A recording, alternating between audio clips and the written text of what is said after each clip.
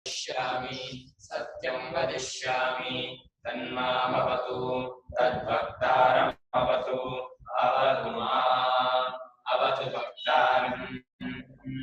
ओम शांति शांति शांति। यस्मात् जातं जगत् सर्वं यस्मिन्नेव प्रलीयते येनेदं धारयते चैव तस्मै ज्ञानात्मने नमः। ीरिणे गुरुभ्यः पूर्वं पदवाक्य प्रमाणतः व्याख्याताः सर्ववेदान्तास्तान् नित्यं प्रणतोऽस्मि। तैत्तिरीयकसारस्य मयाचार्यप्रसादतः विस्पष्टार्थरुचीनां व्याख्येयं सम्प्रणीयते। ನಿನ್ನೆ ಕರ್ಮದಿಂದ ಚಿತ್ತಶುದ್ಧಿ ಆಗುತ್ತೆ. ಚಿತ್ತಶುದ್ಧಿ ಆದ್ಮೇಲೆ ಪಾಪ ಹೋಗುತ್ತೆ. ಪಾಪ ಹೋದ ಕೂಡಲೇ ಬೀಜೋತ್ಪತ್ತಿ ಆಗುತ್ತೆ, ಅವಿದ್ಯಾನಾಶವಾಗುತ್ತೆ, ಮೋಕ್ಷವಾಗುತ್ತೆ ಅಂದ್ರು. ಸಾರ್ ನೀವು ಸಿಕ್ಕಾಕೊಂಡ್ರಿ ನೀವು ಮುಂದ. ಯಾಕೆ ಅಂದ್ರೆ ಕರ್ಮ ಇರೋದು ಯಾರಿಗೆ? ಕರ್ಮ ಅಂದ್ರೆ ಏನು? ಅಗ್ನಿಹೋತ್ರಾದಿಗಳು. ಅಗ್ನಿಹೋತ್ರಾದಿಗಳು ಇರೋದು ಯಾರಿಗೆ? ಗೃಹಸ್ಥನಿಗೆ. ಗೃಹಸ್ಥನಿಗೆ ಜ್ಞಾನ ಆಗೋದು, ಬೇರೆ ಆಗೋಲ್ಲ. ಬೇರೆ ಆಶ್ರಮವೇ ಇಲ್ಲ. ನೀವೇ ಒಪ್ಕೊಂಡಿದ್ದೀರಾ. ಕರ್ಮದಿಂದಲೇ ಚಿತ್ತಶುದ್ಧಿ, ಚಿತ್ತಶುದ್ಧಿಯಿಂದಲೇ ಪಾಪಹಾನಿ, ಪಾಪಹಾನಿಯಿಂದಲೇ ವಿದ್ಯೋತ್ಪತ್ತಿ, ವಿದ್ಯೋತ್ಪತ್ತಿಯಿಂದಲೇ ವಿದ್ಯಾನಾಶ, ಅವಿದ್ಯಾನಾಶದಿಂದಲೇ ಮೋಕ್ಷ ಅಂದ್ರೆ ಮೂಲತಃ ಕರ್ಮ ಕಾರಣ ಅಂತಾಗಿ ಕರ್ಮ ಗೃಹಸ್ಥರಿಗೆ ಅಂತ ಆದ್ರಿಂದ ಗೃಹಸ್ಥನ ಬಿಟ್ಟು ಬೇರೆ ಆಶ್ರಮ ಇಲ್ಲ ಅಂತ ಆಗತ್ತಲ್ಲ. ಏವಂತರಿ ಆಶ್ರಮಾಂತರ ಅನುಪತ್ತಿ. ಭಾಷೆ 82 ಈ ರೀತಿ ಆದ್ರೆ ಅಂದ್ರೆ ಕರ್ಮದಿಂದಲೇ ಚಿತ್ತಶುದ್ಧಿ ಆಗತ್ತೆ ಅಂತ ಒಪ್ಕೊಳ್ಳೋದಾದ್ರೆ ಕರ್ಮ ಇರೋದು ಗೃಹಸ್ಥಾಶ್ರಮದಲ್ಲಾದ್ರಿಂದ ಗೃಹಸ್ಥಾಶ್ರಮ ಬೇರೆ ಆಶ್ರಮ ಸುಮ್ಮನೆ ಇದೆ. ನಮ್ಮ ಮಾತಿಗಿದ್ದಾರೆ, ಕುಂಟರು, ಕೂಡರು, ಕೆಪ್ಪರು, ಹೆಳವರು ಯಾರು ಅವ್ರು ಸನ್ಯಾಸ ಮಾಡಲಿ, ಕರ್ಮಾಧಿಕಾರ ಇಲ್ಲ. ಅವ್ರು ಯಾರು ಹೆಣ್ಣು ಕೊಡೋಲ್ಲ. ಹೆಣ್ಣು ಕೊಡದೆ ಅವ್ರಿಗೆ ಇನ್ನೇನೋ ಸುಮ್ಮನೆ ಹಂಗೆ ಸತ್ತು ಹೋದ್ರೆ ಗತಿ ಆಗಲ್ಲ ಅಂತ ಹೇಳಿ ಸನ್ಯಾಸನ ಕಾಯಿಬಿಟ್ಟೆ ಉಡಿಸಿ ಬೇಕಾಟ್ ಮಾಡಿ. ಆದ್ರೆ ಧೀರರಿಗೆ, ವೀರರಿಗೆ, ಶೂರರಿಗೆ, ವಿವೇಕಿಗಳಿಗೆ ಸನ್ಯಾಸ ಅಂತ ಅನ್ಬೇಡಿ, ಅವ್ರು ಕರ್ಮ ಮಾಡ್ಲಿ ಅಂತ ಯಾರೋ ಮೀಮಾಂಸಕ ಪಕ್ಷ. ಈ ರೀತಿ ಆದ್ರೆ ಬೇರೆ ಆಶ್ರಮ ಅಂದ್ರೆ ಗೃಹಸ್ಥಾಶ್ರಮ ಬಿಟ್ಟು ಸನ್ಯಾಸ ವಾನಪ್ರಸ್ಥ ಬ್ರಹ್ಮಚರ್ಯ ಹೊಂದೋದಿಲ್ವಲ್ಲ. ಯಾಕೆ ಹೇಳಿ? ಕರ್ಮ ನಿಮಿತ್ತತ್ವ ವಿದ್ಯೋತ್ಪತ್ತೆ. ವಿದ್ಯೋತ್ಪತ್ತಿಗೆ ಕರ್ಮವೇ ನಿಮಿತ್ತವಾದ್ದರಿಂದ ಕರ್ಮವು ಗೃಹಸ್ಥಾಶ್ರಮದಲ್ಲಿರೋದ್ರಿಂದ ಗೃಹಸ್ಥಾಶ್ರಮ ಒಂದೇ. ಐಕಾಶ್ರಮ ಅಂತ ಆಚಾರ್ಯ ಅವ್ರು ಬೇರೆ ಗೌತಮರು ಹೇಳಿದ್ದಾರೆ. ನಿಜವಾದ ಆಶ್ರಮ ಅಂದ್ರೆ ಗೃಹಸ್ಥಾಶ್ರಮ. ಯಾಕೆ ಹೇಳಿ? ಗೃಹಿ ಸರ್ವಾಶ್ರಯೋ ಯತಃ. ಗೃಹಸ್ಥನಾಶ್ರಯಿಸ್ಕೊಂಡೇ ಸನ್ಯಾಸಿ ಬದುಕಬೇಕು, ಗೃಹಸ್ಥನಾಶ್ರಯಿಸ್ಕೊಂಡೇ ಬ್ರಹ್ಮಚಾರಿ ಭಿಕ್ಷೆ ಬಿಡಬೇಕು, ಗೃಹಸ್ಥಾಶ್ರಮದಲ್ಲಿ ವಾನಪ್ರಸ್ಥರು ಇರೋದು. ಹಾಗಾಗಿ ಗೃಹಸ್ಥಾಶ್ರಮವೇ ನಿಜವಾದ ಆಶ್ರಮ. ಅದು ಒಂದೇ ಆಶ್ರಮ. ಬಾಕಿ ಇದೆಲ್ಲ ಗೌಣ ಆಶ್ರಮಗಳು, ಅನಧಿಕಾರಿಗಳ ಆಶ್ರಮ. ಯಾವ್ದಕ್ಕೆ ಅನಧಿಕಾರಿಗಳು? ಗೃಹಸ್ಥಾಶ್ರಮಕ್ಕೆ. ಯಾರು ಅನಧಿಕಾರಿಗಳು ಅವರಿಗೆ ಆಶ್ರಮ. ಇದೆಲ್ಲ ಜಾಸ್ತಿ ಆಗ್ಬಿಡುತ್ತಲ್ಲ ಗುರುಗಳೇ. ಅದಕ್ಕೆ ರಿಯಲೈಸೇಷನ್ ಆಗಿಲ್ವೋ ಅದೆಲ್ಲ ಹಂಗೆ ಪ್ರೇತಗಳ ತರ ರೌಂಡ್ ಹೊಡಿತಾ ಇರ್ಬೇಕು ಗೃಹಸ್ಥಾಶ್ರಮ ಇಲ್ಲದ್ರೆ. ಯಾರ್ಯಾರಿಗೆ ವೈರಾಗ್ಯ ಚೆನ್ನಾಗಿ ಬಂದಿಲ್ವೋ ಅವ್ರು ಗೃಹಸ್ಥಾಶ್ರಮಕ್ಕೆ ಹೋಗಲ್ಲ. ಸ್ಥೂಲ ಅನ್ನೋದೇ ಇರಲ್ಲ ಪ್ರಪಂಚದಲ್ಲಿ, ಬರೀ ಸೂಕ್ಷ್ಮ ಎಲ್ಲ ಓಡಾಡ್ತಾ ಇರತ್ತೆ. ಆಮೇಲೆ ಇಲ್ಲ, ಎಲ್ಲ ಸ್ಥೂಲವೂ ಇಲ್ಲ ಸೂಕ್ಷ್ಮ ಇಲ್ಲ, ಒಂದೇ ಇರೋದು. ವಿದ್ಯೋತ್ಪತ್ತಿಗೆ ಕರ್ಮ ನಿಮಿತ್ತವಾದ್ದರಿಂದ ಎಲ್ಲ ಗೃಹಸ್ಥಾಶ್ರಮ ಒಂದೇ ಇರೋದು ಅಂತ ಆಗತ್ತಲ್ಲ ಅಂದ. ಯಾಕೆಂದ್ರೆ ಗಾರ್ಹಸ್ಥ್ಯೇಚ ವಿಹಿತಾನಿ ಕರ್ಮಾಣಿ. ಎಲ್ಲ ಅಗ್ನಿಹೋತ್ರಾದಿ ಅಶ್ವಮೇಧ ಅಂತ ಎಲ್ಲಾ ಕರ್ಮವು ಗೃಹಸ್ಥಾಶ್ರಮದಲ್ಲಿಯೇ ಹೇಳಿರೋದು. ಸರ್ವಂ ಹಿ ಕರ್ಮ ಪತ್ನಿ ಸಂಬದ್ಧಂ ಅಂತ ವಾಕ್ಯ ಬೃಹದಾರಣ್ಯಕದಲ್ಲಿ ಸ್ಪಷ್ಟವಾಗಿಬಿಟ್ಟಿದೆ. ಸರ್ವಂ ಹಿ ಕರ್ಮ, ಏನೇ ಕರ್ಮ ಮಾಡ್ಬೇಕಾದ್ರೂ ಅರ್ಧೋವಾ ಏಷ ಆತ್ಮನಃ ಯತ್ಪತ್ನಿ ಯಜ್ಞ ಅಶಿಥಿಲಂ ಭಾವಾಯ. ಆತ್ಮನಃ ಅರ್ಧ ಪತ್ನಿ ಅಂತ ಹೇಳಿದೆ. ನೀನ್ ಪೂರ್ತಿ ಅರ್ಧ ಬೃಗಲ ಬ್ರಹ್ಮಚಾರಿ ಇದಾನಲ್ಲ, ಅರ್ಧ ಬೇಳೆ ಅಂತೆ. ಇನ್ನೊಂದು ಬೇಳೆ ಸೇರ್ಕೊಂಡ್ರೆ ಅದು ಮೊಳಕೆ ಆಗೋದು. ಒಂದ್ ಬೇಳೆ ಮೊಳಕೆ ಆಗಲ್ಲ, 2 ಬೇಳೆನೂ ಸೇರ್ಬೇಕು. ಹಾಗೆ ಬ್ರಹ್ಮಚಾರಿ ಏನು ದಂಡ, ಅವನು ಪ್ರಯೋಜನ ಇಲ್ಲ, ಸುಮ್ಮನೆ ಇರೋದು. ಗೃಹಸ್ಥ ಇದೆಯಲ್ಲ ಅವನು ಧೀರ, ಅವನು ಎಲ್ಲ ಯಜ್ಞಾಗ ಮಾಡುವವನು. ಅವನಿಗೆ ಎಲ್ಲಾ ಕರ್ಮಗಳನ್ನು ಶಾಸ್ತ್ರ ಹೇಳಿದೆ, ಅವನಿಗೆ ಮೋಕ್ಷ ಆಗ್ಬೇಕು. ಕರ್ಮಗಳನ್ನೆಲ್ಲ ಗೃಹಸ್ಥಾಶ್ರಮದಲ್ಲಿ ವಿಧಾನ ಮಾಡಿದೆ. ಇತಿ ಐಕಾಶ್ರಮ್ಯಮೇವಾ. ಈ ರೀತಿ ಅಂತಾಗಿ ಅದು ಒಂದೇ ಆಶ್ರಮ, ಅದೇ ಆಶ್ರಮ ಹಾಗೇ ಇರ್ಬೇಕೆ ಹೊರತು ಸನ್ಯಾಸಾರ್ಥಿಗಳು ಮಾಡ್ಕೋದು ಅಂದ್ರೆ ಯಾರು? ಕರ್ಮಕ್ಕೆ ಅಧಿಕಾರಿಯಾದವರು. ಅನಧಿಕಾರಿಗಳು ಮಾಡ್ಕೊಳ್ಳಿ. ಕಾಣತ್ವ ಕುಬ್ಜತ್ವ ಅಂಧತ್ವ ಬಜರತ್ವಾದಯ ಸನ್ಯಾಸಂ ಕುರಿಯು ಮತ್ತು ಸ್ವಸ್ಥಾಹ ಸಮವಿಭಕ್ತಾಂಗ ಅವರೆಲ್ಲ ಮಾಡಬಾರ್ದು ಅಂತ. ಅತಶ್ಚ ಯಾವಜ್ಜೀವಾದಿಶ್ರುತೆಯೋ ಅನುಕೂಲತರಾಹ. ಈ ಕಾರಣದಿಂದಲೇ ಯಾವ ಜೀವವೇ ಮುಂತಾದ ಶ್ರುತಿಗಳಿದೆಯಲ್ಲ, ಯಾವ ಜೀವ ಮಧ್ಯೋತ್ತಂ ಜುಹುಯಾತ್, ಯಾವ ಜೀವನ್ ದರ್ಶಪೂರ್ಣಮಾಸಾಭ್ಯಾಂ ಯಜೇತ, ವಸಂತೆ ವಸಂತೆ ಜ್ಯೋತಿಷಾಯಿ ಜೇತ, ಈ ಶ್ರುತಿಗಳೆಲ್ಲ ಈ ಪಕ್ಷಕ್ಕೆ ಅನುಕೂಲವಾಗಿದೆ. ಹೌದು, ಗೃಹಸ್ಥಾಶ್ರಮ ಒಂದೇ, ಅವನೇ ಯಜ್ಞ ಮಾಡೋದು, ಅವನೇ ಅಗ್ನಿಹೋತ್ರ, ಅವನೇ ಕರ್ಮ ಮಾಡೋದು. ನಿನ್ನೆ ನಂದಿನಿ ಪ್ರಶ್ನೆ ಮಾಡಿದ್ಲು, ಆ ಕರ್ಮ ಬಾಕಿ ಇದೆ, ಇವಾಗ ಅದು ಉತ್ತರ ಕೊಡ್ತಾರೆ ನೋಡಿ. ನಾ ಕರ್ಮಾನೇ ಕತ್ವಾ. ಏ ಮಹಾರಾಯ, ಕರ್ಮ ಅಂದ್ರೆ ಅಗ್ನಿಹೋತ್ರ ಒಂದೇ ಅಲ್ಲ ಕಣೋ, ಕರ್ಮ ನೂರಾರು ಕರ್ಮಗಳಿದೆ ಕಣಪ್ಪ. ಎಲ್ಲಾ ಕರ್ಮಕ್ಕೂ ಅಧಿಕಾರ ಇದ್ದೇ ಇದ್ದಾರೆ. ಅಗ್ನಿಹೋತ್ರ ಒಂದೇ ಕರ್ಮ ಅಂತ ಯಾಕೆ ಅಂದ್ಕೊಂಡಿದ್ಯಾ? ಹಿ ಅಗ್ನಿಹೋತ್ರಾದೀನ್ಯೇವ ಕರ್ಮಾಣಿ ಅಂದ್ಬಿಟ್ರು. ಓದು ನಹಿ ಅಗ್ನಿಹೋತ್ರಾದಿಗಳು ಮಾತ್ರ ಕರ್ಮ, ಅದು ಒಂದೇ ಕರ್ಮ, ಅದು ಮಾತ್ರ ಕರ್ಮ ಅಂತ ಹಾಗಿಲ್ವಲ್ಲ. ಅಗ್ನಿಹೋತ್ರಕ್ಕೆ ಈಕ್ವಲ್ ಆದ, ಅಗ್ನಿಹೋತ್ರಕ್ಕಿಂತ ವೀರ್ಯವತ್ತರವಾದ ಕರ್ಮಗಳು ಉಂಟು. ಅದಕ್ಕೆ ಸಮಾನವಾದ ಮತ್ತೆ ಅದಕ್ಕಿಂತ ಬಲಿಷ್ಠವಾದ ಕರ್ಮವು ಇತರಾಶ್ರಮಕ್ಕೆ ಪ್ರಸಿದ್ಧವಾದದ್ದು ಇದೇ. ಯಾವುದು? ಬ್ರಹ್ಮಚರ್ಯಂ, ತಪಃ, ಸತ್ಯವದನಂ, ಶಮಃ, ದಮಃ, ಅಹಿಂಸಾ ಇತ್ಯೇವಮಾದೀನ್ಯಪಿ ಕರ್ಮಾಣಿ ಇತರಾಶ್ರಮ ಪ್ರಸಿದ್ಧಾನಿ ವಿದ್ಯೋತ್ಪತ್ತೌ ಸಾಧಕ ತಮನೆ. ಅಗ್ನಿಹೋತ್ರಾದಿಗಳು ಸಾಧಕಾನಿ, ಕಿಂತು ಅನ್ಯಾನಿ ಸಾಧಕ ತರಾಣಿ, ಏತಾನಿತು ಸಾಧಕ ತಮಾನಿ ವಿದ್ಯಂತೆ ಧ್ಯಾನ ಧಾರಣಾದಿ ಲಕ್ಷಣಾನಿ ಚ.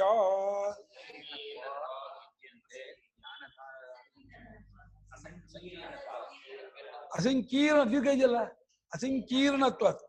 ನಾ ಹ್ರಸ್ವ ಹೇಳ್ಬಿಟ್ನಾ? ಅಸಂಕೀರ್ಣತ್ವ, ಸಂಕೀರ್ಣ, ಅಸಂಕೀರ್ಣ. ಸಂಕೀರ್ಣ ಅಂದ್ರೆ ಕಲಬೆರಕೆ ಆಗಿರೋದು. ಗೃಹಸ್ಥಾಶ್ರಮ ಕರ್ಮದಲ್ಲಿ ವಂಚನೆ, ಮೋಸ, ಸುಳ್ಳು ಎಲ್ಲ ಇದೆ.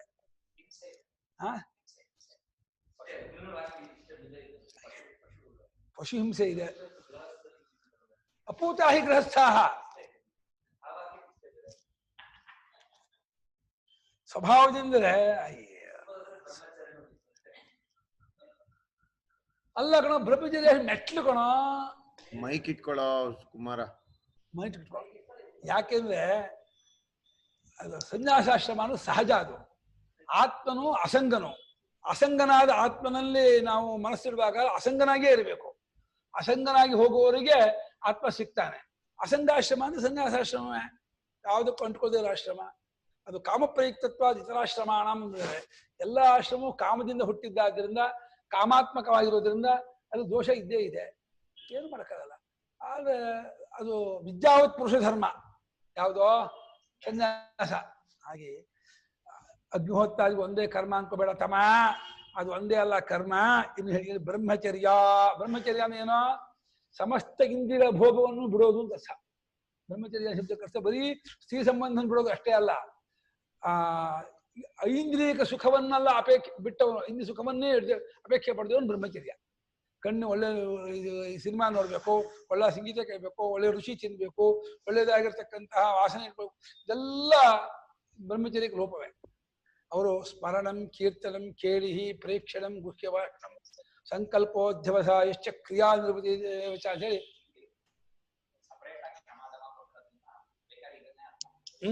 ಬ್ರಹ್ಮಚರ್ಯ ಅಂದ್ರೆ ಸ್ತ್ರೀ ಸಂಬಂಧವಾದದ್ದು ಇಟ್ಕೊಳ್ಳಿ. ತಪಸ್ಸು ಇದೆಯಲ್ಲ, ತಪಸ್ಸು ಅಂದ್ರೆ ಇಂದ್ರಿಯ ಜಯ, ಇಂದ್ರಿಯಗಳನ್ನು ಕಂಟ್ರೋಲ್ ಮಾಡೋದು. ಅದರಲ್ಲಿ ಶಾರೀರಿಕ ತಪಸ್ಸು, ಐಂದ್ರಿಕ ತಪಸ್ಸು, ಮಾನಸಿಕ ತಪಸ್ಸು ಮೂರಿದೆ. ಯಾವುದೋ ದೇವದ್ವಿಜ ಗುರು ಪ್ರಾಜ್ಞ ಪೂಜನಂ ಶೌಚಮಾರ್ಜನಂ ಬ್ರಹ್ಮಚರ್ಯ ಅಹಿಂಸಾಚ ಶಾರೀರಂತ ಬೋಧಿಸುತ್ತದೆ. ಸತ್ಯಂ ಪ್ರಹೇತ ಸ್ವಾಧ್ಯಾಯ ವಾಂಗ್ಮಯಂ ಮನಃಪ್ರಸಾದ ಸೌಮ್ಯತ್ವಂ ಸ್ಥೈರ್ಯಮಾತ್ಮ ಮಾನಿಗ್ರಹ ಭಾವ ಸಂಶುದ್ಧಿರಿತ್ಯೇತ ತಪೋ. ಹಾಗೆ ಆ ಮೂರ್ತ ತಪಸ್ಸು ತಗೊಳ್ಳಿ. ಸತ್ಯವಚನ ಯಥಾದೃಷ್ಟಸ್ಯ ಯಥಾಶ್ರುತಸ್ಯ ತಥೈವ ಪರಬುದ್ಧಿ ಸಂಕ್ರಾಂತೆಯೇ ಕಥನಂ. ಇನ್ನೊಬ್ಬರ ಬುದ್ಧಿ ದಾಟಿಸೋದಕ್ಕೋಸ್ಕರ ಕಂಡದ್ದನ್ನು ಕಂಡಾಗಿಯೂ ಕೇಳಿದನ್ನು ಕೇಳಿದಾಗಿಯೂ ಇದೆಲ್ಲ ಅದು ಸತ್ಯ. ಮತ್ತು ಶಮ. ಶಮ ಅಂದ್ರೆ ಏನು ಕೇಳಿದ್ರು. ಶಮ ಅಂದ್ರೆ ಮನಸ್ಸಿನ ನಿಗ್ರಹ. ಮನಸ್ಸು ಎತ್ತಲಾಯ್ತು ಅಥವಾ ಹರಿದಾಡಕ್ಕೆ ಹೋಗುತ್ತಲ್ಲ, ಹರಿದಾಡಕ್ಕೆ ಹೋಗದೇ ಇರೋ ಹಾಗೆ ಹತೋಟಲ್ಲಿ ಇಟ್ಕೊಡೋದು. ಆ ಮನಸ್ಸಿಗೆ ಕೋಪತಾಪಾದಿಗಳು ಅವಕಾಶ ಕೊಡದೆ, ರಾಗದ್ವೇಷಾದಿಗಳಿಗೂ ಅವಕಾಶ ಕೊಡದೆ, ಯಾವ ಧ್ಯೇಯ ವಸ್ತುವಿನಲ್ಲಿ ಮನಸ್ಸನ್ನು ನಡ್ತೀವೋ ಅದೆಲ್ಲ ಕಚ್ಕೋಬೇಕು. ಅದು ಕಚ್ಕೋತು ಅಂದ್ರೆ ಶಮ ಇದೆ ಅಂತ ಅರ್ಥ. ರಾಮೋಪಾಸನೆ ಕೂತ್ಕೊಂಡ. ರಾಮನ ಉಪಾಸನೆ ಮಾಡ್ಬೇಕು ಕೂತ್ಕೊಂಡಾಗ ಯಾರ ಮನಸ್ಸು ರಾಮನಲ್ಲಿಯೇ ಮುಳುಗು ಬಿಡುತ್ತೋ ಅವನು ಇವಾಗ ಕ್ಷಮಾವಂತನು ಅಂತ. ರಾಮ ಸಂಸ್ಥಂ ಮನಃ ಕೃತ್ವ ನ ಕಿಂಚಿದಪಿ ಚಿಂತೆಯೇತಿ, ಶಿವ ಸಂಸ್ಥಂ ಮನಃ ಕೃತ್ವ ನ ಕಿಂಚಿದಪಿ ಚಿಂತೆಯೇತಿ. ಹಾಗೆ ಎಲ್ಲಿ ಮನಸ್ಸು ನಡ್ತೀವೋ ಅಂದ್ರೆ ಶಾಸ್ತ್ರೋಕ್ತ ಆಲಂಬನೆಯಲ್ಲಿ ಶಾಸ್ತ್ರ ತಿಳಿಸಿಕೊಟ್ಟಂತಹ ಅವನ ಆಧಾರದಲ್ಲಿ ಮನಸ್ಸನ್ನು ಇಟ್ಟುಬಿಟ್ಟು ಅಲ್ಲಿಂದ ಹೊರಗೆ ಬರಲಿಲ್ಲ ಅಂದ್ರೆ ಶಮ ಚೆನ್ನಾಗಿ ಊರ್ಕೊಡಿ ಅಂತ. ಹೊರಗೆ ಬರ್ತಾ ಇರುತ್ತೆ ಅಂದ್ರೆ ಇನ್ನೂ ಅದಕ್ಕೆ ವಿಕ್ಷೇಪಾದಿಗಳ ಸಂಸ್ಕಾರ ಇದೆ, ವಾಸನೆ ಇದೆ, ದೋಷ ಇದೆ ಅಂತ ಅರ್ಥ. ಶಮ ಅಂದ್ರೆ ಮನಸ್ಸಿನ ಸಮಾಧಾನ, ದಮ ಅಂದ್ರೆ ಇಂದ್ರಿಯ ಜಯ, ಇಂದ್ರಿಯ ನಿಗ್ರಹಕ್ಕೆ ಜಯ ಅಂತ ಹೇಳ್ತಾರೆ. ಹೀಗೆ ಪಾತ್ರೆಯಲ್ಲಿರೋ ಹಾಲನ್ನು ಕಾಯಿಸ್ಬೇಕಾದ್ರೆ ಪಾತ್ರೆಯನ್ನು ಕಾಯಿಸಿ ಹಾಲನ್ನು ಕಾಯಿಸ್ತೀವೋ ಅದೇ ರೀತಿ ಮನೋ ನಿಗ್ರಹ ಮಾಡ್ಬೇಕಾದ್ರೆ ಇಂದ್ರಿಯ ನಿಗ್ರಹ ಮಾಡಿ ಮನಸ್ಸನ್ನು ನಿಗ್ರಹ ಮಾಡಬೇಕು ಮನದ. ಇನ್ನು ಅಹಿಂಸೆ, ಅಹಿಂಸಾ ಕರ್ಸ ತ್ರಿಕರಣಗಳಿಂದಲೂ ಆ ಹಿಂಸಾ ಬುದ್ಧಿ ಇಲ್ಲದೆ ನಡ್ಕೊಳ್ಳುವಂತಹ ವ್ಯಾಪಾರ. ದೇಹದಿಂದಲೂ ಇಂದ್ರಿಯಿಂದಲೂ ಮನಸ್ಸಿನಿಂದಲೂ ಯಾರಿಗೂ ಯಾವ ತರಹದ್ದಾದ ನೋವನ್ನುಂಟು ಮಾಡದೇ ಇರೋದೇ ಅಹಿಂಸೆ. ಉದ್ದೇಶ ಲೆಕ್ಕ. ಇವಾಗ ಉಪಾಧ್ಯಾಯನಾಗಲಿ ತಂದೆ ಆಗಲಿ ಮಕ್ಕಳಿಗೆ ಕಲಿಸುವಾಗ ಏಟ್ ಕೊಡಬಹುದು, ಅದು ಹಿಂಸೆ ಅಲ್ಲ. ವೈದ್ಯ ಚಿಕಿತ್ಸೆ ಮಾಡ್ಬೇಕಾದ್ರೆ ಕುಯ್ಬಹುದು, ಅಥವಾ ಡ್ರೆಸ್ ಮಾಡ್ಬೇಕಾದ್ರೆ ಅದನ್ನ ಕೆತ್ತಿ ಮಾಡ್ಬೋದು, ಅದು ಹಿಂಸೆ ಅನ್ಸ್ಕೊಳ್ಳಲ್ಲ. ಹಿಂಸೆ ಅನ್ನೋದು ಉದ್ದೇಶದ ಮೇಲೆ ನಿಂತಿದೆಯೇ ಹೊರತು ಕ್ರಿಯೆ ಮೇಲೆ ನಿಂತಿಲ್ಲ. ಕ್ರಿಯಾ ಮಾತ್ರವೇ ಅಲ್ಲ ಹಿಂಸೆ.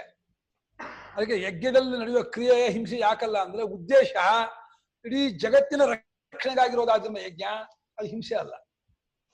ಕ್ರಿಯಾ ಮಾತ್ರವನ್ನ ಹಿಂಸೆ ಅಂತ ಅಂದುಬಿಟ್ರೆ ಆಪರೇಷನ್ ಎಲ್ಲ ಹಿಂಸೆ ಆಗ್ಬಿಡುತ್ತೆ. ಅವಾಗ ಅದು ವಾಸಿ ಮಾಡೋದಕ್ಕೆ ಒಳ್ಳೆ ಹೆಚ್ಚಿನ ಲಾಭಕ್ಕಾಗಿ ಚಿಕ್ಕದಾಗಿರ್ತಕ್ಕಂಥದ್ದನ್ನು ಮಾಡೋದೇ ಕ್ರಿಯೆ ಇದೆ, ಅದನ್ನು ಅಹಿಂಸೆ ಅಂತ ತಗೊಂಡಿದ್ದಾರೆ. ನಿಂಗೆ ಆರೋಗ್ಯಕ್ಕೋಸ್ಕರವಾಗಿ ನೀ ಗಾಜೋ ಮುಳ್ಳು ಹೊಕ್ಕು ಬಿಟ್ಟಿದೆ, ತುಂಬಾ ಒಳಕ್ ಹೋಗ್ಬಿಟ್ಟಿದೆ, ಸೂಜಿನ ತೆಗಿಯಕ್ಕಾಗಲ್ಲ ಅಂದ್ರೆ ಅನಸ್ತೇಷಿಯಾ ಕೊಟ್ಟು ಓಪನ್ ಮಾಡಿ ತೆಗೆದು ಆಮೇಲೆ ಬ್ಯಾಂಡೇಜ್ ಹಾಕ್ಬೇಕಾದ್ರೆ ಏನು ಮಾಡೋಕ್ಕಾಗಲ್ಲ. ಏನ್ರಿ ಅನಸ್ತೇಷಿಯಾ ಕೊಟ್ಟು ಕುಯ್ದು ಬಿಟ್ರಲ್ಲ, ಹಿಂಸೆ ಮಾಡ್ಬಿಟ್ರಲ್ಲ ಅಂದ್ರೆ ಏನ್ ಮಾಡೋಕ್ಕಾಗತ್ತೆ? ತೀರಾ ಒಳಕ್ ಹೋಗಿದೆ, ಈ ಸಿಗೋಲ್ಲ ಅಂತಂದ್ರೆ ಓಪನ್ ಮಾಡ್ಲೇಬೇಕಾಗತ್ತೆ. ಹಾಗಾಗಿ ಅಹಿಂಸೆ ಅನ್ನೋದು ಒಂದು ಮಾನಸಿಕ ಧರ್ಮ. ಅದು ಇನ್ನೊಬ್ಬರಿಗೆ ನೋವನ್ನುಂಟು ಮಾಡೋದಿಲ್ಲ ಅನ್ನೋ ವ್ರತವನ್ನು ಇಟ್ಕೊಳ್ಳೋದೇ ಅಹಿಂಸೆ. ಇದೇ ಮೊದಲಾಗಿದೆ. ಆದಿ ಶಬ್ದದಿಂದ ಇನ್ನು ಜಪ ತಪಾದಿ ಇದ್ದಿಲ್ಲ, ಪಾರಾಯಣ ಹೋಮ ಅದು ಆದಿ ಸಾಧಿತ ದೃಷ್ಟಿಯ ಸಮಾಧಿ ಷಟ್ಕ ಆದಾಯ್ತಲ್ಲ. ಇನ್ನು ಲೋಕದವರು ಮಾಡುವಂತಹ ನಾಮಸ್ಮರಣೆ, ಭಜನೆ, ಸ್ತೋತ್ರ, ಕೀರ್ತನೆ, ಪಾರಾಯಣ ಎಲ್ಲವೂ ಕೂಡ ಅದು ಅಹಿಂಸೆ ಇಲ್ಲೇ ಇಲ್ಲ. ಅಂದ್ರೆ ಹಿಂಸೆ ಇಲ್ಲೇ ಇಲ್ಲ, ಅಹಿಂಸೆಯನ್ನು ತುಂಬಿರುವಂತಹ ಇದು. ಅದು ನೇರಾಗಿ ಪರಮಾತ್ಮನೇ ಮುಟ್ಟುವಂತಹ ನಡವಳಿಕೆ ಅದು. ಹಾಗಾಗಿ ಇದೇ ಮೊದಲಾಗಿರ್ತ ಕರ್ಮಗಳಿದೆಯಲ್ಲ, ಅದು ಇತರಾಶ್ರಮ ಪ್ರಸಿದ್ಧ ಅಂದ್ರೆ ಗೃಹಸ್ಥನಿಗೆ ಇದು ಪ್ರಸಿದ್ಧವಲ್ಲ. ಯಾಕೆ ಗೃಹಸ್ಥನಿಗೆ ಅಗ್ನಿಹೋತ್ರ ಹೇಳಿದ ಮೇಲೆ ಅವನು ಇದನ್ನು ಮಾಡಕ್ ಬರೋಲ್ಲ. ಅದನ್ನ ಬೇರೆ ಬ್ರಹ್ಮಚಾರಿ, ವಾನಪ್ರಸ್ಥ ಅಥವಾ ಬೇರೆ ಅನಾಶ್ರಮ ಆಗಿರೋರು ಅಥವಾ ಕರ್ಮಾದಿಕ ಅಧಿಕಾರ ಇರೋರು ಎಲ್ಲರೂ ಮನುಷ್ಯ ಮಾತ್ರಕ್ಕೆ ಸಂಬಂಧಪಟ್ಟಂತಹ ಕರ್ಮಗಳು. ಆ ಕರ್ಮಗಳೇನಿದೆ ಅವುಗಳು ವಿದ್ಯೋತ್ಪತ್ತಿಯನ್ನು ಅಂದ್ರೆ ವಿದ್ಯೆಯನ್ನು ಉಂಟು ಮಾಡುವುದರ ವಿಷಯದಲ್ಲಿ ಇನ್ನು ಅಗ್ನಿಹೋತ್ರಾದಿಗಿಂತಲೂ ಕೂಡ ಸಾಧಕ ತಮ ಅಂದ್ರೆ ಅವರು. ಅಗ್ನಿಹೋತ್ರಾದಿಗಳು ಎಷ್ಟು ಬೇಗ ಉಂಟು ಮಾಡುತ್ತೆ ಅಂತ ಅಂತೀಯೋ ಅದಕ್ಕಿಂತ ಒಂದು 10 ಟೈಮ್ ಬೇಗ ಉಂಟು ಮಾಡುತ್ತೆ ಇದು ಅಂತ ಇದ್ದಾರೆ. ಯಾಕಂದ್ರೆ ಸಾಧಕ ತರ ಸಾಧಕ ತಮ ಪ್ರತ್ಯಯ ಹಾಕ್ಬಿಟ್ರು ಭಾಷ್ಯಕಾರರು ಇದಕ್ಕೆ. ಅಗ್ನಿಹೋತ್ರಾದಿಗಿಂತಲೂ ಕೂಡ ಬೇಗ ಉಂಟು ಮಾಡುತ್ತೆ ಆ ನಮ ಭಕ್ತಿ ಮಾರ್ಗ, ಇದು ನಾಮ ಸಂಕೀರ್ತನೆ, ಭಗವಂತನಲ್ಲಿ ಪ್ರೇಮ ಇಟ್ಕೊಂಡು ತತ್ವ ಚಿಂತನೆ ಮಾಡೋದು, ಶಬ್ದ ಮಾಡ್ಕೊಂಡು ಮಾಡೋದು ಅನ್ನೋದು ಬೇಗ ಉಂಟು ಮಾಡುತ್ತೆ ಅಂತ. ಅದನ್ನ ಇದು ಸಾಧಕ ತಮ. ಕಾರಣ ಏನು? ಅಸಂಕೀರ್ಣತ್ವಾತ್ ಅಂದ್ರು. ಹಿಂಸಾದಿಗಳಿಂದ ಕೂರ್ಕೊಂಡಿಲ್ಲ. ಈ ಗೃಹಸ್ಥಾಶ್ರಮ ಕರ್ಮದಲ್ಲಿ ತುಂಬಾ ತೊಂದರೆ ಇದೆ. ಇವಾಗ ಈ ಅಗ್ನಿಹೋತ್ರ ಮಾಡೋ ಹೊಗೆ ಬರುತ್ತಲ್ಲ, ಅಲ್ಲಿರೋ ಸೊಳ್ಳೆಗಳಿಗೆ, ನೊಣಗಳಿಗೆ ಎಲ್ಲರಿಗೂ ತೊಂದರೆ ಆಗುತ್ತೆ. ಆಮೇಲೆ ಜೋರ ಕಿಸ್ಕೊತಾರಲ್ಲ ಅಕ್ಕಪಕ್ಕ ಮನೆಯವರೆಗೆ ತೊಂದರೆ ಆಗುತ್ತೆ. ನಮ್ಮ ಮನೆ ಪಕ್ಕ ಪ್ರಭಾಕರ ಅಂತ ಹೋಗಿದ್ದ, ಏನು ಯಾವಾಗಲೂ ಹೇಳಿ ಏನ್ ಮಾಡ್ತಿದ್ದಿ ಮನೇಲಿ ಈಗ ಇಲ್ಲ. ಇಷ್ಟೀ ಜಪತಪಾದಿಗಳಲ್ಲಿ ಹಿಂಸಾದಿಗಳು ಕೂಡ್ಕೊಂಡಿಲ್ಲ, ಅಸಂಕೀರ್ಣವಾಗಿದೆ. ಆದ್ರಿಂದ ಇದು ಧ್ಯಾನ ಧಾರಣಾದಿ ರೂಪವಾಗಿರ್ತಕ್ಕಂಥಗಳು. ಈ ಇತರಾಶ್ರಮದಲ್ಲಿ ಪ್ರಸಿದ್ಧವಾದ ಕರ್ಮಗಳು ವಿದ್ಯಂತೆ. ಇತರಾಶ್ರಮ ಪ್ರಸಿದ್ಧಾನಿ ಕರ್ಮಾಣಿ ವಿದ್ಯಂತೆ. ಕೀದೃಶಾನಿ ಧ್ಯಾನ ಧಾರಣಾದಿ ಲಕ್ಷಣಾನಿ. ಪುನಃ ಬ್ರಹ್ಮಚರ್ಯ, ಅಹಿಂಸಾ, ಸತ್ಯವದಂ, ಶಮಃ ದಮಃ ಇತ್ಯಮಾದೀನಿ. ಎರಡು ಬ್ರಹ್ಮಚರ್ಯ, ತಪಸ್ಸು, ಸತ್ಯವದ, ಅಹಿಂಸಾ, ಶಮದಮ ಇತ್ಯಾದಿ ರೂಪವಾದ ಕರ್ಮ, ಧ್ಯಾನ ಧಾರಣಾದಿ ರೂಪವಾದ ಕರ್ಮ, ಅದು ಇತರಾಶ್ರಮ ಪ್ರಸಿದ್ಧವಾದ ಕರ್ಮ, ಅದು ವಿದ್ಯೋತ್ಪತ್ತಿಗೆ ಸಾಧನವಾಗಿರ್ತಕ್ಕದ್ದು ಮತ್ತು ಅಸಂಕೀರ್ಣವಾಗಿರ್ತಕ್ಕಂಥದ್ದು. ಅಂಥ ಕರ್ಮಗಳು ವಿದ್ಯಂತೆ ಇರುತ್ತವೆ. ಆದ್ರಿಂದ ಆತ್ಮಜ್ಞಾನವಾಗುವುದಕ್ಕೆ ಬೇರೆಯವರಿಗೆ ಏನೂ ತೊಂದರೆ ಇಲ್ಲ, ಅಡ್ಡಿ ಇಲ್ಲ. ಪ್ರತಿಯೊಬ್ಬರು ಆತ್ಮಜ್ಞಾನ ಮಾಡ್ಕೋಬಹುದು. ಆ ತೀವ್ರವಾದ ತಹತಹತೆ ಇದ್ದು ಭಗವಂತನಲ್ಲಿ ಪ್ರೇಮ ಇದ್ಬಿಟ್ರೆ ಒಂದು ಅಷ್ಟಾಕ್ಷರಿ ಮಂತ್ರ, ಪಂಚಾಕ್ಷರಿ ಮಂತ್ರ ಆತನ ಕೊಟ್ಬಿಡುತ್ತೆ ಆತ್ಮಜ್ಞಾನ. ನಿರಂತರ ಮಾಡಿ. ಮಹಾರಾಜ ಹೇಳೋಲ್ಲ 300 ಕೋಟಿ ಅವ್ರು ಹೇಳೋಲ್ಲ, ತೆಲುಗಿನ ಪುಸ್ತಕ ಬರೆದಿದ್ದಾರೆ. 300 ಕೋಟಿ చేస్తే ಭಗವಂತನ ದರ್ಶನ అవుతుందని ಬ್ರಹ್ಮಜಿ ಮಹಾರಾಜ್ ಚಪ್ಪೇರು ಅಂತ ವಾಕ್ಯದು. 300 ಕೋಟಿ ರಾಮನಾಮ ಜಪವನ್ನ ಭಕ್ತಿ ಶ್ರದ್ಧೆಯಿಂದ ಮಾಡಿಬಿಟ್ರೆ ರಾಮನ ಅನುಗ್ರಹದಿಂದ ತತ್ವಜ್ಞಾನ ಆಗತ್ತೆ ಅಂತ ಮಹಾರಾಜ ಹೇಳಿದಾರಂತೆ. 300 ಕೋಟಿ ಮಾಡಿದ್ರೆ ಹಾಕತ್ತೆ. ಅಂದ್ರೆ ಪ್ರೇಮದಿಂದ ಏಕಾಗ್ರತೆಯಿಂದ 300 ಕೋಟಿ ರಾಮನಾಮವನ್ನು, ಅಂದ್ರೆ ನನ್ನ ಹೃದಯದಲ್ಲೂ ಇಡೀ ಜಗತ್ತಿಗೂ ಆಸ್ಪದ ಅಂತ ರಾಮಚಂದ್ರ ನನ್ನನ್ನ ಅವನ ಸ್ವರೂಪವನ್ನು ಪರಿಚಯ ಮಾಡಿ ತರಿಸ್ಕೊಡ್ಲಿ ಅಂತ ಹೇಳಿ ಆ ಒಂದು ಭಾವ ಪ್ರೇಮವನ್ನು ಇಟ್ಕೊಂಡು ಆ ರಾಮನ ನಾಮಸ್ಮರಣೆ ಹೇಳ್ತಾ ಇದ್ರೆ ತತ್ವಜ್ಞಾನ ಆಗ್ಬಿಡುತ್ತೆ. ಹೃದಯದಲ್ಲೇ ಅವನು ಸರ್ವಾತ್ಮನಾಗಿ ಆನಂದ ರೂಪಿಯಾಗಿ ಚಿನ್ಮಾತ್ರನಾಗಿ ಚರಾಚರ ಜಗತ್ತ ತುಂಬಿಕೊಂಡಿದ್ದಾನೆ. ಅಂತ ಆನಂದ ಮೂರ್ತಿಯಾದ ಪರಮಾತ್ಮ ರಾಮಚಂದ್ರನು ನನಗೆ ಅವನ ತತ್ವವನ್ನು ಕಳಿಸ್ಕೊಂಡು ನನ್ನ ಕೃತ ಮೇಲೆ 300 ಕೋಟಿ ರಾಮನಾಮ ಮಾಡಿದ್ರೆ ತತ್ವಜ್ಞಾನ ಆಗುತ್ತೆ ಅಂತ ಹೇಳಿದ್ದಾರೆ. ಇನ್ನೇನು ಇದಕ್ಕಿಂತ ಸ್ವಲ್ಪ ಯಾವ ಯಜ್ಞ ಆಗೋದು ಬೇಡ, ಯಾವುದೇ ಎಂಥದ್ದು ಬೇಡ. ಪಕ್ಷದಿಚ ಮುಂದೆ ಹೇಳ್ತಾ ಇದೆ, ತಪಸ ಬ್ರಹ್ಮ ವಿಜಿಜ್ಞಾಸಸ್ವ ಇತಿ. ಅಲ್ಲಿ ಅಗ್ನಿಹೋತ್ರಾದಿನ ಬ್ರಹ್ಮ ವಿಜಿಜ್ಞಾಸಸ್ವ ಇಲ್ಲ, ಸೋಮಯಾಗೇನ ಬ್ರಹ್ಮ ವಿಜಿಜ್ಞಾಸಸ್ವ ಇಲ್ಲ ವಾಕ್ಯ. ತಪಸ್ಸಿನಿಂದ ಅಂದ್ರೆ ಮನಸ್ಸೇಂದ್ರಿಯಾಣಾಂಚ ಏಕಾಗ್ರಂ ಪರಮಂತಪ, ಏಕಾಗ್ರತೆಯಿಂದ ಮನಸ್ಸನ್ನು ಆತ್ಮನಲ್ಲಿ ನಿಲ್ಲಿಸುವುದು ಮತ್ತು ಇಂದ್ರಿಯಗಳನ್ನು ಇದನ್ನು ಮನಸ್ಸನ್ನು ಹತೋಟಿ ಇಟ್ಕೊಳ್ಳೋದು, ಇದೇ ತಪಸ್ಸು. ಆ ತಪಸ್ಸಿಂದ ಬ್ರಹ್ಮಂತಕ್ಕೆ ಇಷ್ಟಪಡು ಅಂತ ಹೇಳಿ ಈ ರೀತಿ ಮುಂದೆ ಹೇಳ್ತಾ ಇದೆ. ಅಷ್ಟೇ ಅಲ್ಲ, ಈಗ ತಪಸ್ಸು ಮಾಡಿಲ್ಲ, ಏನು ಹೆಚ್ಚಿಗೆ ಸಮಾಧಾನ ಮಾಡಿಲ್ಲ, ಜನ್ಮಾಂತರ ಮಾಡಿದ ಪುಣ್ಯದಿಂದ ಆಗ್ಬಿಡುತ್ತೆ ಮಾರಾಯ. ಜನ್ಮಾಂತರಕೃತ ಕರ್ಮಭ್ಯ ಪ್ರಾಗಪಿ ಗಾರ್ಹಸ್ಥ್ಯಾತ್ ವಿದ್ಯೋತ್ಪತ್ತಿ ಸಂಭವಾತ್ ಕರ್ಮಾರ್ಥತ್ವಾಚ್ಯ ಗಾರ್ಹಸ್ಥ್ಯ ಪ್ರತಿಪತ್ತೇಃ ಕರ್ಮಸಾಧ್ಯಾಯಾಂಚ ವಿದ್ಯಾಯಾಂ ಸತ್ಯಾಂ ಗಾರ್ಹಸ್ಥ್ಯ ಪ್ರತಿಪತ್ತಿ ಅನರ್ಥಿಕೈವ. ಇಂಥ ವಾಕ್ಯ ಜನ್ಮಾಂತರಗಳಲ್ಲಿ ಹಿಂದಿನ ಅದರ ಹಿಂದಿನ ಅಂತ ಎಷ್ಟು ಹಿಂದಿನ ಜನ್ಮಗಳಲ್ಲಿ ಏನೇನೇನೇನು ಬ್ರಹ್ಮಜ್ಞಾನಕ್ಕಾಗಿ ನಾವು ಪುಣ್ಯವನ್ನ ಕೂಡ ಹಾಕಿರ್ತೀವೋ ಅದರ ಬಗ್ಗೆಯಿಂದಲೂ ಆತ್ಮಜ್ಞಾನ ಮಾಡುತ್ತೆ. ಜನ್ಮಾಂತರ ಕೂಡ ಹಾಕಿದ ಕರ್ಮದಿಂದಲೂ ಗೃಹಸ್ಥಾಶ್ರಮವನ್ನು ಪಡೆಯೋ ಮುಂಚೆನೆ ಪ್ರಾಗಪಿ ಗಾರ್ಹಸ್ಥ್ಯ, ಏನು ಉಪನಯನ ಆಗಿದೆ, ಬ್ರಹ್ಮಚಾರಿ ಆಗಿದ್ದಾನೆ, ವೈರಾಗ್ಯ ಮಾಡ್ತಿರ್ತಾನೆ, ಅಲ್ಲಿ ಅವನಿಗೆ ವೈರಾಗ್ಯ ವಿವೇಕ ಬಂದ್ಬಿಟ್ಟು ತತ್ವವಿಚಾರ ಮಾಡ್ತಾ ಗೃಹಸ್ಥಾಶ್ರಮವನ್ನು ಪಡ್ಕೊಳ್ಳೋ ಮುಂಚೆನೆಯೇ ವಿದ್ಯೋತ್ಪತ್ತಿ ಆಗಬಹುದು ಅನ್ನೋದು ಹೊಂದುತ್ತದೆ. ಆದ್ದರಿಂದಲೂ ಒಂದು ಕಾಮ ಮಾಡ್ಕೊಂಡು ಸಾಕು ಹೊಂದುದು. ಚ ಇನ್ನೊಂದಿಲ್ಲ, ಕರ್ಮಾರ್ಥತ್ವ ಚ. ಗಾರ್ಹಸ್ಥಾಶ್ರಮ ಇರೋದು ಯಾತಕ್ಕೆ ಹೇಳಿ? ಎಷ್ಟು ಜನ ತಿಳ್ಕೊಂಡಿದ್ದಾರೆ ಇದನ್ನ? ಗೃಹಸ್ಥಾಶ್ರಮ ಇರೋದು ಅಗ್ನಿಹೋತ್ರಾದಿ ಕರ್ಮಕ್ಕೆ ಎಷ್ಟು ಜನ ತಿಳ್ಕೊಂಡಿದ್ದಾರೆ? ಎಲ್ಲರೂ ಲೈಂಗಿಕ ಸುಖಕ್ಕೆ, ಇನ್ನೇನು ಮಜಾಗೆ, ಪಿಕ್ನಿಕ್ ಮಾಯಕ್ಕೆ ಅನ್ಕೊಂಡಿದ್ದಾರೆ ಹೊರತು ಕರ್ಮಕ್ಕೋಸ್ಕರ ಇರೋದು ಗೃಹಸ್ಥಾಶ್ರಮ 199 ಜನ ತಿಳ್ಕೊಂಡಿಲ್ಲ. ಭಾಷೆಗಾರ ಹೇಳ್ತಾರೆ ಗಾರ್ಹಸ್ಥ್ಯ ಪ್ರತಿಪತ್ತೇ ಕರ್ಮಾರ್ಥತ್ವ. ಅಲ್ಲಿ ವಿವಾಹದಲ್ಲಿ ಆವಾಭ್ಯಾಂ ಕರ್ಮಾಣಿ ಕರ್ತವ್ಯಾನಿ ಅಗ್ನಿಯ ಆಧಾತವ್ಯ ಹೇಳ್ತಾರಲ್ಲೇ, ಕೇಳಿಸ್ಕೋದೇ ಇಲ್ಲ. ಬರನ್ನು ಕೇಳಿಸ್ಕೊಳ್ಳಲ್ಲ, ಮದುವೆ ಕೇಳಿಸ್ಕೊಳ್ಳಲ್ಲ. ಫ್ರೆಂಡ್ಸ್ ಹತ್ರ ಮಾತಾಡಿಸಿ ಶಾಖೆ ಕೊಡ್ತಿರ್ತಾರೆ, ಆ ಪ್ರೆಸೆಂಟೇಶನ್ ಕೊಟ್ಟು ತಗೊಳ್ತಾ ಇರ್ತಾರೆ. ಈ ಪುರೋಹಿತ ಬಾಯಿ ಬಡ್ಕೊಳ್ತಾ ಇರ್ತಾನೆ ಆಯ್ನಲ್ಲಿ. ಆ ವಾಕ್ಯಗಳನ್ನು ಕೇಳಿಸ್ಕೊಳ್ಳೋದೇ ಇಲ್ಲ. ಅಲ್ಲಿ ಅಗ್ನಿಹೋತ್ರಗಳನ್ನು ಮಾಡ್ತಾ ಇರಬೇಕು, ಯಜ್ಞ ಅತಿಥಿ ಪೂಜೆ ಮಾಡಬೇಕು, ದೇವತಾ ಪಂಚಮಹಾಯಜ್ಞ ಮಾಡಿ ಇದನ್ನು ತಿಳಿಸಬೇಕು. ಅದಕ್ಕೋಸ್ಕರ ಮಾಡೋದು ಗೃಹಸ್ಥಾಶ್ರಮ. ಮಂತ್ರದಲ್ಲೂ ಮಹ್ಯಂತ್ವಾದು ಗಾರ್ಹಪತ್ಯಾಯ ದೇವಾ, ದೇವತೆಗಳು ಈ ಹುಡುಗಿ ನನಗೆ ಗಾರ್ಹಪತ್ಯಾಗ್ನಿಗಾಗಿ ಕೊಡ್ತಾ ಇದ್ದಾರೆ, ಅಗ್ನಿಹೋತ್ರಕ್ಕಾಗಿ ಕೊಡ್ತಾ ಇದ್ದಾರೆ ಮಂತ್ರ ಹೇಳ್ತಾ ಇದೆ. ಹೀಗಾಗಿ ಗಾರ್ಹಸ್ಥ್ಯ ಪ್ರತಿಪತ್ತಿಯು ಕರ್ಮಕ್ಕಾಗಿರುವುದರಿಂದಲೂ ಕರ್ಮದಿಂದ ಉಂಟಾಗಬೇಕಾಗಿರ್ತಕ್ಕಂತಹ ವಿದ್ಯೆಯು ಗೃಹಸ್ಥ ಪ್ರತಿಪತ್ತಿಗಿಂತ ಗೃಹಸ್ಥಾಶ್ರಮ ಮುಂಚೆ ಅವನು ಉಂಟಾಗ್ಬಿಟ್ಟಿರುವಾಗ ಗಾರ್ಹಸ್ಥ್ಯ ಪ್ರತಿಪತ್ತಿ ವ್ಯರ್ಥವೇ ಅವನಿಗೆ. ಯಾಕೆ ಬೇಕು? ಇವಾಗ ಆಲ್ರೆಡಿ ಆಚೆ ದಡದಲ್ಲೇ ಇದ್ದವನು ಯಾಕೆ ದೋಣಿ ಹತ್ತಬೇಕು? ಆಚೆ ದಡಕ್ಕೆ ಹೋಗ್ಬೇಕು ಅವನು ದೋಣಿ ಹತ್ತಬೇಕು. ಆಚೆ ದಡದಲ್ಲೇ ಇದ್ದು ಊರು ಸಿಕ್ಕಿದವನಿಗೆ ದೋಣಿ ದಂಡನೆ ಅವನಿಗೆ ಬೇಡ. ಚೆನ್ನ ಹೊಟ್ಟೆ ತುಂಬಿದವನಿಗೆ ಊಟ ದಂಡನೆ. ಊಟ ಮಾಡೋದು ಹೊಟ್ಟೆ ತುಂಬೋದಕ್ಕೆ, ಹಸಿ ಹೋಗೋದಕ್ಕೆ ಹೊರತು ಊಟಕ್ಕಾಗಿ ಊಟ ಅಲ್ವಲ್ಲ. ಹಾಗೆ ಹೊಟ್ಟೆ ತುಂಬಿದೆ ಅಂದಮೇಲೆ ಹೇಗೆ ಹಾಗೆ ತತ್ವಜ್ಞಾನ ಆಗಿದೆ ಅಂದಮೇಲೆ ಕರ್ಮ ಯಾಕೆ ಬೇಕು ಅವನಿಗೆ? ಜ್ಞಾನಸ್ಥ ಪ್ರತಿಪತ್ತಿಯು ವ್ಯರ್ಥವೇ ಆಗತ್ತೆ, ದಂಡವೇ ಆಗತ್ತೆ. ಜ್ಞಾನಸ್ಥ ಪ್ರತಿಪತ್ತಿ ವಿಶೇಷ ಇಲ್ಲ. ಅಷ್ಟೇ ಅಲ್ಲ, ಲೋಕಾರ್ಥತ್ವಾಚ ಪುತ್ರಾದೀನ ವಾಕ್ಯ ಆಯ್ತಲ್ವಾ? ಅಂದ್ರೆ ಪುತ್ರ ಕರ್ಮ ಅಪರವಿದ್ಯೆ ಇಹಲೋಕ ಪಿತೃಲೋಕ ದೇವಲೋಕಕ್ಕಾಗಿರೋದೇ ಹೊರತು ಗೃಹಸ್ಥಾಶ್ರಮ ಕರ್ಮ ಆತ್ಮಜ್ಞಾನಕ್ಕಾಗಿಲ್ಲ. ಆತ್ಮಜ್ಞಾನಕ್ಕೆ ಅಂತಿಲ್ಲ, ಆತ್ಮಜ್ಞಾನಕ್ಕೂ ಮಾಡ್ಕೋಬಹುದು. ಅವನು ಜಾಯಾಮೇಶ್ಯ ಪ್ರಜಾಮಿಂದೇಯ ಪಿತ್ತಮ್ಮೇಶ್ಯ ಕರ್ಮ ಕುರ್ವೀಯ ಹಾಗೆ ಮಾಡ್ಕೊಂಡಿದ್ದಾನೆ. ನನಗೊಂದು ಹೆಂಡತಿ ಬೇಕು, ಮಕ್ಕಳಾಗಬೇಕು, ನನಗೆ ದುಡ್ಡು ಬೇಕು, ಕರ್ಮ ಮಾಡಬೇಕು, ಈ ರೀತಿ ಅಂದ್ಕೊಂಡು ಗೃಹಸ್ಥಾಶ್ರಮ ಹೋಗ್ತಾ ಇರುವಾಗ ಆತ್ಮಜ್ಞಾನದ ಇದೇ ಇಲ್ಲ, ಅವನಿಗೆ ಸೋಲ್ಲೇ ಇಲ್ಲ. ಅದನ್ನು ಕಷ್ಟ. ಆತ್ಮಜ್ಞಾನ ಬೇಕು ಅನ್ಸೋದಿಲ್ಲ ಗೃಹಸ್ಥಾಶ್ರಮದಲ್ಲಿ. ಆ ಕ್ಲೇಶ ಇದಕ್ಕೆ ಕಡ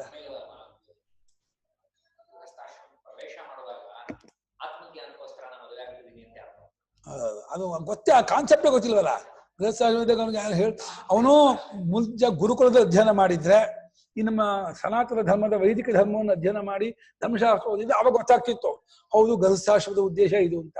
ಇವನು ಆಂಗ್ಲ ವಿದ್ಯಾಭ್ಯಾಸ ಮಾಡಿ ಈ ಉದ್ಯೋಗ ವೃತ್ತಿ ಸೇರ್ಕೊಂಡು ಅವನಿಗೆ ನನ್ನದೇ ಇದೆ ಇದೆ ಇದ್ದೇ ಇದೆ, ಅದಿದ್ದೇ ಇದೆ, ಇಲ್ಲ ಅಂತ. ತತ್ವಜ್ಞಾನಕ್ಕೆ ಯಾವ ಟೈಮಲ್ಲಿ ಬೇಕಾದ್ರೂ ಆಪ್ಷನ್.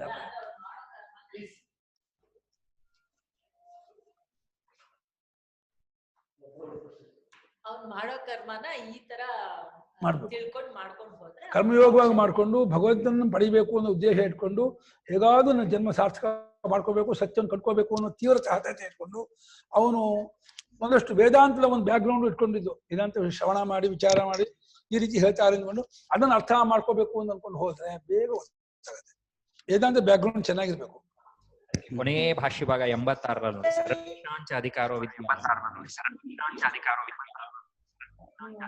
ಇನ್ನು 5 ನಿಮಿಷ ಅಷ್ಟೇ. ಯಾಕೆ ಆಗ್ತಾ ಇದೆ? ಮಾತಾಡಿದ್ರು ಗುರುಗಳು ಅದಕ್ಕೆ. ಆಯ್ತು. ಲೋಕಕ್ಕೋಸ್ಕರ ಲೋಕನ ಇಹಲೋಕ ಪಿತೃಲೋಕ ದೇವಲೋಕಕ್ಕೋಸ್ಕರವಾಗಿ ಪುತ್ರಾದಿಗಳಿದೆ. ಪುತ್ರ ಕರ್ಮ ಉಪಾಸನೆ ಇರೋದ್ರಿಂದ ಆತ್ಮಜ್ಞಾನಕ್ಕೆ ಅದ್ರ ಸಂಬಂಧ ನೇರವಾಗಿ ಆಗ್ಬೇಕು ಅಂತ ಏನಿಲ್ಲ. ಪುತ್ರಾದಿ ಸಾಧ್ಯೇಭ್ಯಶ್ಚ ಅಯಂ ಲೋಕಃ ಪಿತೃಲೋಕಃ ದೇವಲೋಕಃ.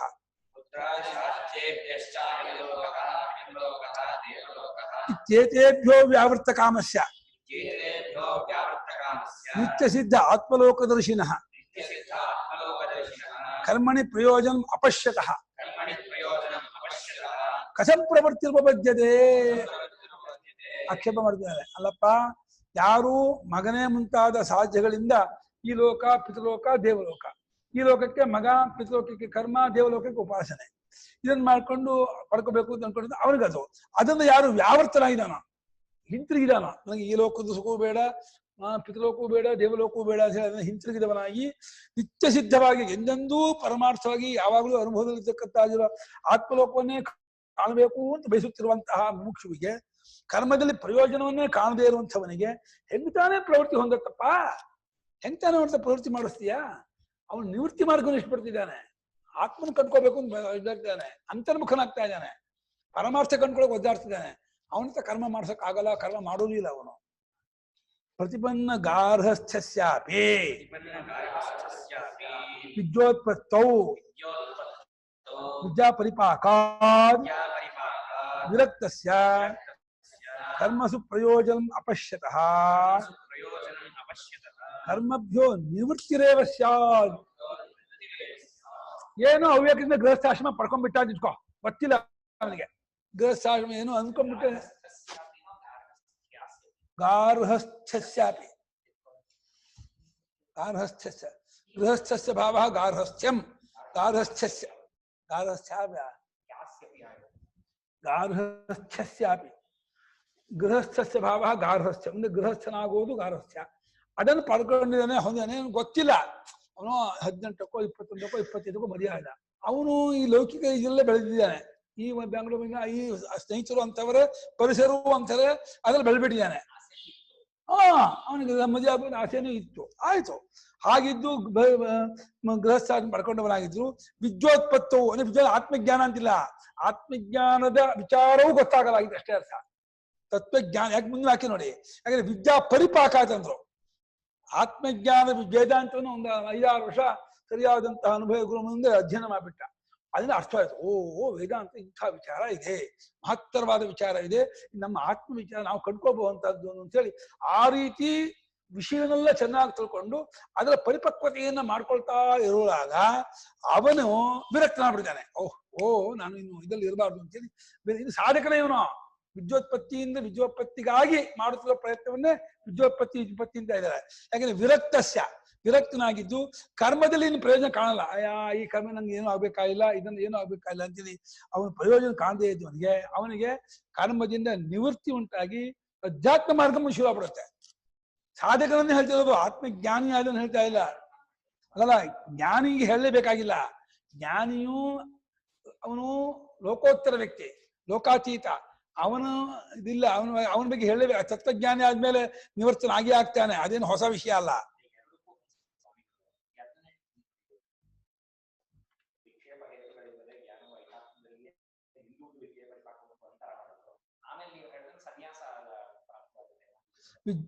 ವಿಕ್ಷೇಪ ಹೇತುಗಳಿಲ್ಲದೆ ಜ್ಞಾನವು ಐಕಾತ್ಮದಲ್ಲಿಯೇ ನಿಲ್ಲುವುದು ವಿದ್ಯಾ ಪರಿಪಾಕವು. ವಿದ್ಯಾ ಪರಿಪಾಕ ಮಾತನ್ನು ವಿದ್ಯಾ ಪರಿಪಾಕ ಹೇತೋಹೋ ನಮ್ಮ ಕಾರಣದಿಂದ ಎಂದು ಅರ್ಥ ಮಾಡಿ ನಿವೃತ್ತಿ ವ್ಯವಸ್ಥೆ ಹಿಂತಿರಬೇಕಾಗುವುದು ಎಂಬುದಕ್ಕೂ ಅನ್ವಯಿಸಬಹುದು. ಏಕೆಂದ್ರೆ ಸನ್ಯಾಸವು ವಿದ್ಯೆಯ ಪರಿಪಾಕಕ್ಕೆ ಅಂಗವೇನು ಅದ. ಇದೇ ಮುಖ್ಯ ಅರ್ಥ. ಯಾಕೆಂದ್ರೆ ತತ್ವಜ್ಞಾನ ಆದ್ಮೇಲೆ ಇನ್ನೇನು ಹೇಳ್ಬೇಕಾಗಿಲ್ಲ ಅವನಿಗೆ.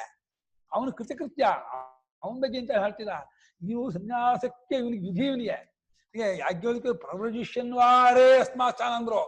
ಸನ್ಯಾಸ ಮಾಡಿ ಅವರಿಗೆ ಗೊತ್ತಾಯ್ತು, ಈ ಗೃಹಸ್ಥಾಶ್ರಮದಲ್ಲಿ ಯಾವುದೂ ಇಲ್ಲ, ಕುಳಿಸೊಪ್ಪು ಇಲ್ಲ, ಸುಮ್ಮನೆ ದಗ್ಗಿಸ್ತಾರೆ ಹೊರತು ಏನು ಸುಖ ಇಲ್ಲ, ಸತ್ಯ ಕಂಡ್ಕೊಂಡೇ ಸುಖ ಪಡಿಬೇಕು ಅಂತ ಗೊತ್ತಾಯ್ತು ಅವರಿಗೆ. ಉಪದೇಶ ಮಾಡು ಹೊರಟೋಗ್ತಾ ಇತ್ತು. ಹಾಗಾಗಿ ಕರ್ಮದಲ್ಲಿ ಪ್ರಯೋಜನವನ್ನ ಕಾಣದೇ ಇದ್ದಂತಹ ಆ ಸಾಧಕನಿಗೆ, ಮುಮುಕ್ಷುವಿಗೆ ಕರ್ಮಗಳಿಂದ ನಿವೃತ್ತಿಯೇ ಆಗುತ್ತದೆ. ಅವ್ನು ಮಾಡಿಯೇ ಮಾಡ್ತಾನೆ, ಇದು ವಿಧಿಯಿಂದ ಮಾಡಲ್ಲ. ಅವನು ಸರ್ವದ ಆತ್ಮಚಿಂತನೆ ಇರ್ತಾನೆ, ಇಷ್ಟಪಟ್ಟಿರ್ತಾನೆ. ಅದು ಅವನಿಗೆ ವಿಷಯ ತಿಳ್ಕೊಂಡ್ಬಿಟ್ಟಿದ್ದಾನೆ, ಗೊತ್ತಾಗ್ಬಿಟ್ಟಿದೆ. ಇದೇ ಪರಮಾರ್ಥ, ಇದೇ ಪರಮ ಪುರುಷಾರ್ಥ, ಇದಕ್ಕಾಗಿ ನಾವು ಶ್ರಮ ಪಡಬೇಕು, ಇದನ್ನು ನಮ್ಮ ಜೀವನ ಸಾರ್ಥಕ್ಕೆ ಗೊತ್ತಾಗಿದೆ. ಅದಕ್ಕಾಗಿ ಸರ್ವದ ಫುಲ್ ಅವನಿಗೆ ಟಿವಿ ನೋಡಕ್ ಪುರ್ಸತ್ತಿಲ್ಲ. ಅವನಿಗೆ ಟಿವಿ ನೋಡಕ್ಕೆ ಇಷ್ಟ ಇಲ್ಲ ಅನ್ನೋಕ್ಕಿಂತ ಹೆಚ್ಚಾಗಿ ಪುರ್ಸತ್ತೇ ಇಲ್ಲ. ಯಾವಾಗ ಪೇಪರ್ ಓದಕ್ ಪುರ್ಸತ್ತಿಲ್ಲ, ವ್ಯವಹಾರ ಮಾಡಕ್ ಪುರ್ಸತ್ತಿಲ್ಲ, ಅಗ್ನಿಹೋತ್ರಾದಿ ಮಾಡಕ್ ಪುರ್ಸತ್ತಿಲ್ಲ ಅವನಿಗೆ. ಯಾಕೆ ಹೇಳಿ? ಫುಲ್ ಡಿವೋಟ್ ಆಗ್ಬಿಟ್ಟ ಇದಕ್ಕೆ. ಆತ್ಮಚಿಂತನೆ ಮುಳುಗ್ಬಿಟ್ಟ, ಸರ್ವದ ಆತ್ಮಚಿಂತನೆ, ಆತ್ಮವಿಚಾರ ಅದರಲ್ಲೇ ಮುಳುಗ್ಬಿಟ್ಟ. ಹಂಗಾಗಿ ಅವನಿಗೆ ಕರ್ಮಗಳಿಂದ ನಿವೃತ್ತಿ, ಕರ್ಮಗಳೇ ಹೋಗ್ಬಿಡುತ್ತೆ. ಇವನ್ ಬಿಡ್ತಾನೆ ಇರ್ಲಿ, ಕರ್ಮಗಳೇ ಇವನ್ ಮುಂದೆ ಏನು ನಡೆಯಲ್ಲ ಅನ್ನೋದು ಆಟ ಅಂತ ಹೇಳಿ ಇದನ್ನೇ ಪರವ್ರಜಿಷ್ಯನ್ ವಾ ಅರೇ ಅಹಮಸ್ಮಾ ಸ್ಥಾನಾದಸ್ಮೈ ಇತ್ಯೇವಮಾದಿ ಲಿಂಗ ದರ್ಶನ.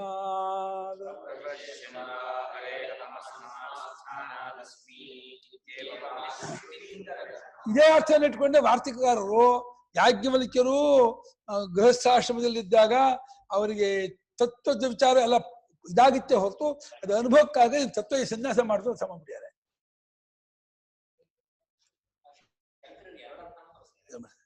ಅದೇ ಅವರು ಕೆಲವು ಜನ ಯಾಜ್ಞವಲ್ಕ್ಯರು ವಿದ್ವತ್ ಸನ್ಯಾಸವೇ ಹೊರತು ವಿದುಷ ಸನ್ಯಾಸ ಅಲ್ಲ, ಅದು ಜ್ಞಾನಿಯಾಗಿ ಸನ್ಯಾಸ ಮಾಡಿದ್ದು ಅಂತ. ಇಲ್ಲಿ ಪ್ರವೃಜಿಷ್ಯನ್ ವಾ ಅರೇ ಹಮಸ್ಮಾ ಸ್ಥಾನಾದಸ್ಮಿ ವಾಕ್ಯವನ್ನು ಭಾಷೆಯವರು ಇಲ್ಲಿ ಸಾಧಕ ಸನ್ಯಾಸ ತಗೊಳ್ತಾ ಇದ್ದಾರೆ. ನಾನು ಈ ಸ್ಥಾನದಿಂದ ಹೊರಟು ಹೋಗಬೇಕೆಂದುಕೊಂಡಿದ್ದೇನೆ, ನಾನು ಇದನ್ನು ಬಿಟ್ಟು ಹೋಗಿ ನಾನು ಮೇಲಕ್ಕೆ ಸನ್ಯಾಸಾಶ್ರಮಕ್ಕೆ ಹೋಗಬೇಕೆಂದುಕೊಂಡಿದ್ದೇನೆ, ನಾನು ನಿಮ್ಮಿಬ್ಬರನ್ನು ಅಂತರ್ಕರ್ವಾಣಿ ಈ ಆಸ್ತಿ ಪಾಸ್ತಿಯನ್ನು ವಿಭಾಗ ಮಾಡಿಬಿಟ್ಟು ನಿಮ್ಮಿಬ್ಬರ ಸಂಬಂಧ ವಿಚ್ಛೇದ ಮಾಡಿ ನಾನು ಹೊರಟು ಹೋಗ್ತೀನಿ ಅಂತ ಹೊರಟೋದ್ರು ಅಂತ ಆ ರೀತಿ ಅರ್ಥ ಮಾಡಿದ್ದಾರೆ. ಓ ಆಯ್ತಾ ಟೈಮು. ಈಗ ಮಚ್ಚು ಮಾಡ್ತೇನೆ, ಸ್ವಾಮಿ ನಿಮ್ ಜ್ಞಾನಕಾಂಡ ಇರೋದು 20 ಪೇಜ್ 40 ಪೇಜ್ 50 ಪೇಜು, ನಮ್ ಕರ್ಮಕಾಂಡ ಇರೋದು ಇಷ್ಟಿಷ್ಟು ದಪ್ಪದ 4 ಪುಸ್ತಕ ತಗೊಂಡ್ಬರ್ತೀನಿ ಬೇಕಾದ್ರೆ. ಇಷ್ಟು ವಿಷಯ ಸುಳ್ಳು, ಇಷ್ಟು ವಿಷಯ ನಿಜನಾ? ಸಣ್ಣ ಪುಸ್ತಕ ಸತ್ಯ, ದೊಡ್ಡ ಪುಸ್ತಕ ಸುಳ್ಳ? ಏನಂತಿದ್ದೀರಾ ನೀವು? ಕರ್ಮಕಾಂಡ ಬಹಳ ದೊಡ್ಡದಾಗಿದೆ. ಅಯ್ಯೋ ಕರ್ಮಕಾಂಡ ದೊಡ್ಡದಾದ ಕಾರಣ ಕಾಮ ದೊಡ್ಡದು ಕಣೋ. ಕಾಮ ಹೆಚ್ಚಾಗಿದೆ, ಕರ್ಮ ಹೆಚ್ಚಾಗಿರೋದು. ಕರ್ಮ ಹೆಚ್ಚಾಗಬೇಕು ಅಂತ ಇಲ್ಲ, ಜ್ಞಾನ ಒಂದೇ ಸಲ ಗೊತ್ತಾಗ ಆಯ್ತು, ಅದಕ್ಕೆ ಹೆಚ್ಚು ಬೆಳಿಬೇಕಾಗಿಲ್ಲ. ನೀವು